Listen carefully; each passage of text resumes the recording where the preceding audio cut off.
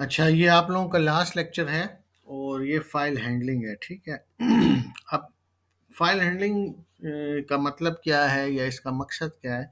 File handling का basically मतलब ये है कि प्रोग्राम के दौरान अगर आप किसी विंडोज़ में या किसी और ऑपरेटिंग सिस्टम पे भी अगर आप काम कर रहे हैं, तो फाइल को अगर रीड करना चाहते हैं या फाइल में अगर राइट करना चाहते हैं, तो उसके लिए जो है हम फाइल हैंडलिंग का इस्तेमाल करते हैं। जिस तरह आपका नॉर्मल फ़ोल्डर होता है और उसके अंदर फ़ाइल होती है, कोई टेक्स्ट फ़ाइल, उसी की मैं बात कर रहा हूँ, ठीक है?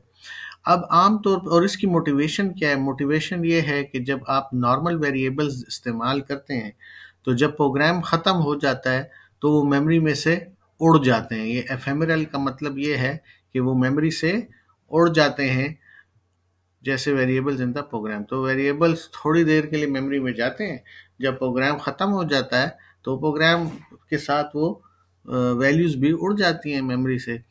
लेकिन अगर आप चाहते हैं कि नहीं, मेरे प्रोग्राम का आउटपुट जो है किसी फाइल में पड़ा रहे, मैं कल आकर परसों आकर उस आउटपुट को देखूं, तो उसके लिए वही बात है, आपको किसी फाइल में स्टोर करना पड़ेगा। तो परसिस्टेंट स्टोरेज का मतलब ये होता है कि जो चीज़ डिलीट ना हो, मतलब पड़ी रहे ना।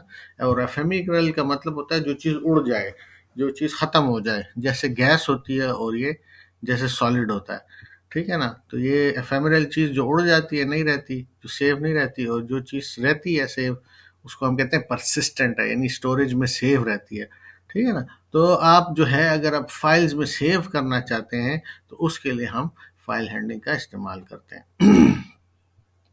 Mechanism to store the output of a program in a file, ठीक है। ये बात तो मैंने आपको बता दी है कि ये स्टोर करने के लिए help perform various operations on it. Save save करने का बहुत फ़ायदे हैं, आप उसको बाद में देख सकते हैं, और कोई काम करना है उस फाइल के अंदर, फिर बाद में आपने सर्चिंग करनी है, कुछ और करना है, तो वो आप फिर कर सकते हैं, ठीक है। Files help store this data permanent on storage device. तो बस एक दफ़ा आपके पास वो सेव हो जाती है, बाद में जब भी आपको ज़रूरत पड़ती है आप उसको देख सकते हैं, ठीक है ना। अच्छा, टॉपिक्स जो हम कवर करेंगे वो ये है कि किस तरीके से फाइल को क्रिएट किया जाता है, कैसे ओपन करते हैं, उसमें से रीड कैसे करते हैं, उसमें राइट कैसे करते हैं, और फाइल को क्लोज कैसे करते हैं। लेकिन सबसे पहले उसी तरह से जैसे हम सी प्लस प्लस की लाइब्रेरीज जो हैं इंपोर्ट करते हैं, इसी तरीके से हम जब फाइल हैंडलिंग करते हैं तो उसकी भी अपनी कुछ लाइब्रेरीज हैं, उसको इंपोर्ट करना ज़रूरी है। जो इसकी मेन लाइब्रेरी है वो है एफ स्ट्रीम लाइब्रेरी। ये इसकी मेन लाइब्रेरी है, जो कि तमाम कामों के लिए इस्तेमाल हो गया ऑलमोस्ट, ठीक है। To work with files it also has three classes known as O F stream, if stream and F stream. इसकी फर्दर टाइप्स हैं, जो अगर आपने, क्योंकि हम नहीं चाहते कि हम सब की पूरी चीज़ें हम इंपोर्ट करें। कभी आप कहते हो कि भाई मेरा प्रोग्राम बहुत बड़ा हो जाएगा, हैवी हो जाएगा, तो उसके लिए आप अगर खाली आउटपुट करना है तो ओ एफ स्ट्रीम कर लेंगे, रीडिंग करनी है तो इफ स्ट्रीम यूज़ कर लेंगे। इनपुट से आई है, ओ से आउटपुट है, ठीक है ना। तो राइटिंग के लिए ओ है और रीडिंग के लिए आई है, सही है। तो ओ एफ स्ट्रीम ये किस लिए यूज होती है? This class helps create and write the data to the file. So file में अगर आपने राइटिंग करनी है तो उसके लिए आप ओ एफ स्ट्रीम इंपोर्ट करेंगे, ठीक है।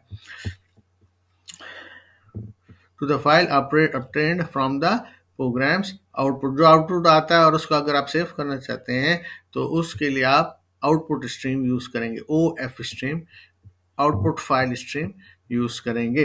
It is also known as output stream. और ठीक है, और इफ स्ट्रीम जो है वो रीडिंग के लिए, अगर किसी फाइल से आप रीड करना चाहते हैं तो इनपुट फाइल स्ट्रीम यूज आप करेंगे। We use this class to read data from files and also known as input stream, यानी कि सिर्फ कोई फाइल बनी हुई है, उसमें पहले आपने डाला था, किसी वक्त राइट किया हुआ था, अब उससे रीड करना चाहते हैं और अपने प्रोग्राम में लाना चाहते हैं उसको। डाटा फॉर एग्जांपल कोई एक्सेल शीट है, उसमें बहुत सारा डाटा पड़ा है और अपने प्रोग्राम में लाना चाहते हैं, तो उसके लिए जो है आप इफ स्ट्रीम का इस्तेमाल करेंगे। अगर आपने दोनों काम करने हैं, इनपुट आउटपुट भी करनी है, तो फिर जो है आप एफ स्ट्रीम करें। इसमें सारी कैपेबिलिटी है, रीडिंग भी हो सकती है और राइटिंग भी हो सकती है, दोनों काम फिर इसमें हो सकते हैं। क्लास क्रिएट भी हो सकती, फाइल क्रिएट भी हो सकती है और राइटिंग भी हो सकती है और रीडिंग भी हो सकती है। इसमें ये दोनों हैं, ओ एफ स्ट्रीम भी है और इफ स्ट्रीम भी। लेकिन अलग-अलग क्यों बनाई है, पहले भी मैंने बताया कि अगर आप अपने प्रोग्राम का, क्योंकि आप ये डिपेंडेंसीज है ना, अगर आप प्रोग्राम में ऐड कर लेते हैं तो आपका प्रोग्राम हैवी हो जाता है। तो आप नहीं चाहते कि एक्स्ट्रा एक्स्ट्रा जो है इनपुट इसमें चीज़ें डालें, एक्स्ट्रा फाइलें, एक्स्ट्रा लाइब्रेरीज ऐड करें। तो जो ज़रूरत है सिर्फ उन्हीं को हम करते हैं, तो इसलिए अलग-अलग भी बनाई हुई है। ठीक है, चलें अगले पार्ट में फिर फर्दर इसको देखते हैं। Thank you ji.